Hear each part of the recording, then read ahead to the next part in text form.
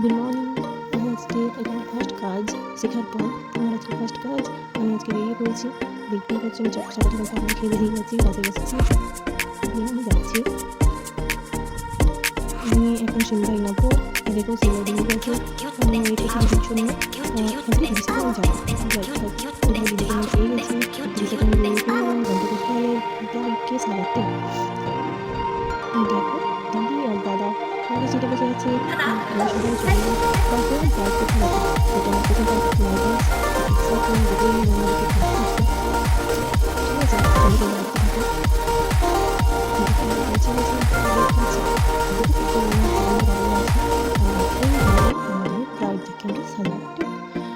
আমাদের সাজানো হয়ে গেছে, দেখে নাও আমরা কিরকম সাজিয়েছি।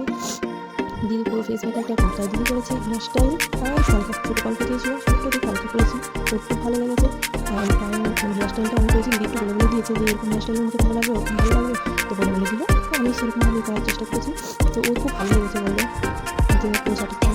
তো ও নর্মাল একটা হালকা মেকআপ চেয়েছিলো, যেভাবে দিদি ফোন দিয়েছে আমাকে যেভাবে বলেছিল দিদি যেভাবে ওকে করে দেওয়া হেয়ারস্টাইলটা বলে দিয়েছিল, আমি সেভাবেই করে দেওয়ার চেষ্টা করেছি। দেখতে পাচ্ছ এই দেখো ব্রাইডের চোখটা একদম চিপসি আর গোলাপ আমি ধরে দিয়েছি আগে। তো গোলাপ ফুলগুলো একটু ঝরে ঝরে পড়ছে, কারণ ওখানে আনা তো তাই। আর দেখছি এই হচ্ছে পাউডার, ঠিক আছে, কি সুন্দর এত সুন্দর মনে করে এত সুন্দর সাজিয়েছিল।